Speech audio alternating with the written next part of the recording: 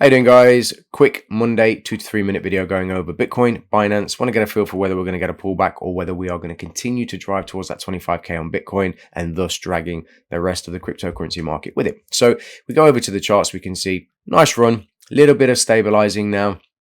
Expected, obviously we had this level here, top ends around about sort of 25,200, which is just up here.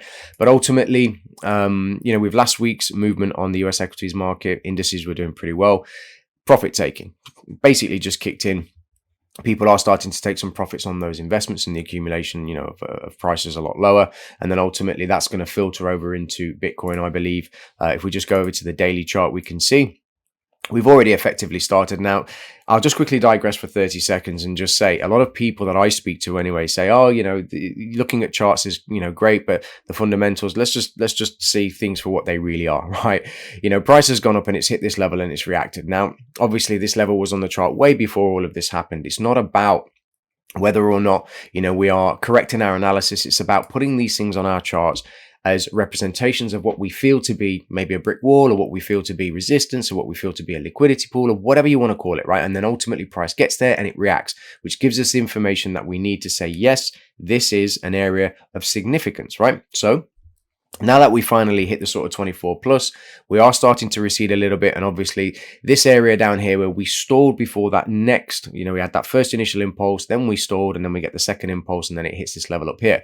It is possible that we drive all the way back down to around about sort of 21,500. But what happens now over the next 2 to 3 days is going to be important, because we also see that there is an area just here that is stabilizing price. So price is, hitting this, and it's responding, and it's creating this very messy price action. We see that on the chart right now. And then ultimately, I think if we come down here and we start to drive a little bit deeper into this, it is likely that we get below 22,000. If that happens, it doesn't mean that this entire move to the upside has basically been negated, but ultimately it is something that will at least slow down, the current market movement to the upside. But as I said, I do believe that we are going to end up here. This is, for me, just a normal pullback in what is looking to be a potential bull trap, but let's not go into that just now. We'll go into that in a later video.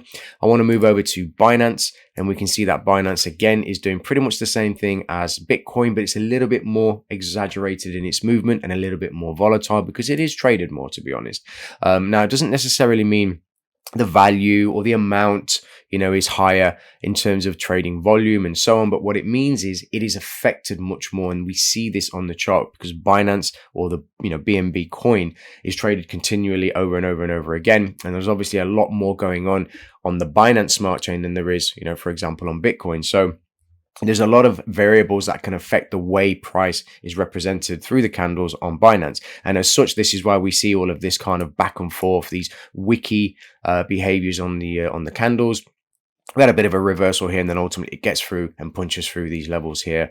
And then we drive. This is a level obviously we had on our chart way before it happened. It's hit this level, and not dissimilar to Bitcoin. It's hit that level, it's reacted nicely, and then we're starting to pull back a little bit. But what's slightly different on Binance is that there is an area at 317 to 300. So if price does get back into this area, which I expect it will, I'm expecting a little bit more of a pullback this week. Doesn't necessarily mean it's going to happen, but I'm expecting, me personally, a little bit more of a pullback. It's going to hit this level, and we should start to see a little bit of stability. The only way it's getting through this at the moment with the current sentiment and momentum to the upside is if price crashes, and then whatever affects, or at least whatever triggers that type of sort of flash crash or explosive movement to the downside, it's going to be a fear-driven move, and ultimately that would require something pretty significant in terms of news. So with all of that said, I hope everyone's having a fantastic day. Make sure you stay safe in the markets as always, and I look forward to speaking to you in the next update. All the best, take care, ciao for now.